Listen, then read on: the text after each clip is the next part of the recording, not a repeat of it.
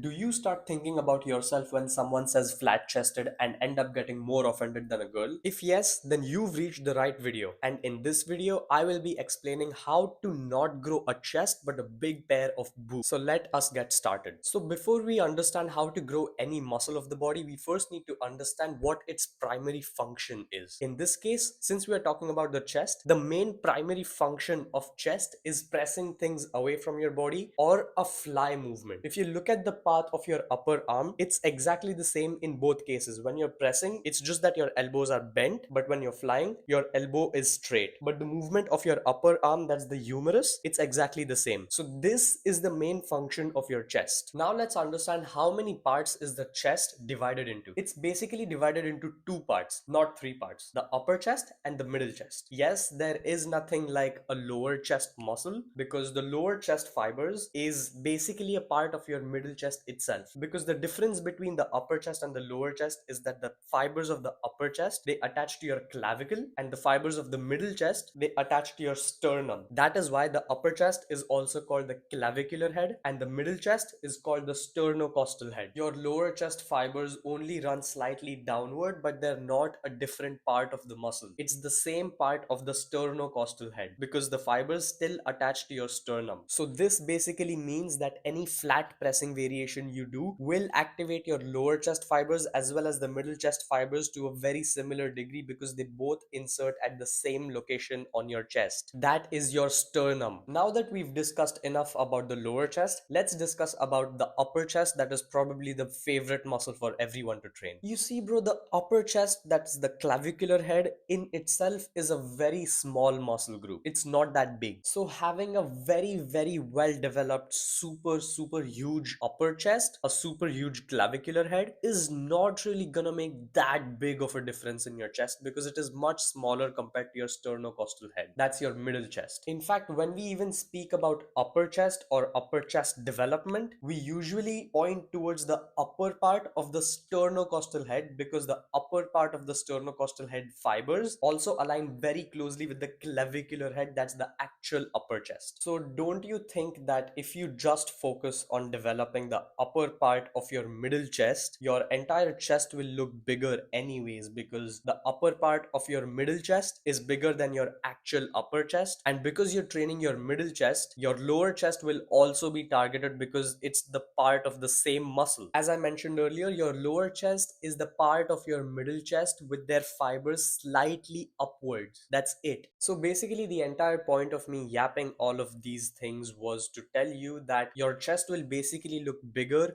if you have a decently developed upper part of your middle chest and a decently developed middle chest, as compared to having over or very well developed upper chest and a mildly developed middle chest. Because the middle chest, that's the sternocostal head, is the biggest part of your chest. So you might as well focus on putting your energy and time in training your middle chest and not your upper chest or lower chest as much as your middle chest. So it's the middle chest or the sternocostal chest that is actually visible and that will actually make your chest look bigger. Now let's speak about the exercises that you should do to get as much gains as possible. The first and the best pressing movement that I will ever recommend you is going to be the incline chest press, either on dumbbells or on machines. Now I know some of you are gonna be like, but bro, didn't you just tell us to train your middle chest and not your upper chest as much? Yes, I did. And that is exactly why I'm telling you to do incline chest, because if you'll see, you get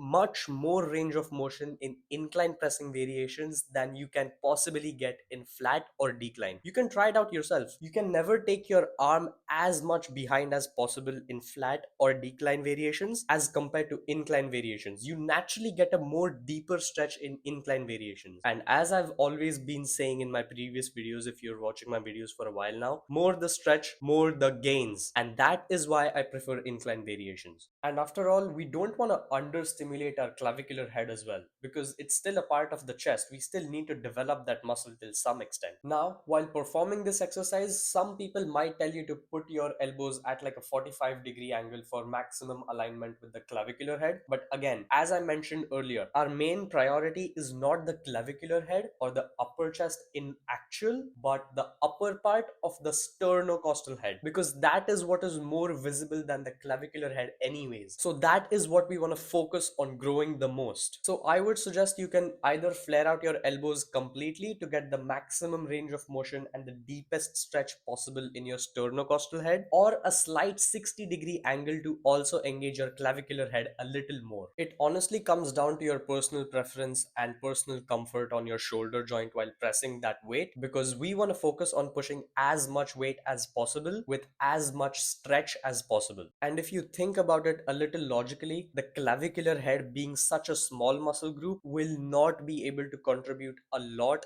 in increasing how much you can press. It's always going to be your sternocostal head that will help you push the maximum weight. So choose your elbow angle based on your personal comfort, but just make sure you get as much stretch as possible. Ideally, your dumbbells should touch the most inner part of your underarm or your biceps on your way down. Now, just a side note for some of y'all who might be thinking about this, if you flare out your elbows, it's not that you're not targeting your actual clavicular head at all. It's still being targeted to a considerably great extent because of the incline angle. So don't worry about not activating your clavicular head at all. Alright. Now, the second exercise that I will recommend you to pair your pressing variation with will be a fly movement. And for me, that's going to be the dumbbell flies, the flat dumbbell flies. Alright, now hear me out. Upper part of the middle chest and the upper chest, done and dusted with the incline pressing variation. Now it's part of the middle chest and the lower part of the middle chest. That is going to be targeted the best with a fly variation. Again, that's only because a fly variation is going to allow you to go much deeper as compared to a pressing variation. Now, if you have a chest fly machine at your gym, that's fine. It's good. You can still make very good gains with a chest fly machine. But nowadays, I've been preferring dumbbells over machine for one single main big reason, and that is emphasis on the stretched position. Okay, now I'm not saying that a chest fly machine will not give you gains. If it's a good machine, if it gives you a deep stretch, you can push hard enough, you don't need to worry about stability, that's fine.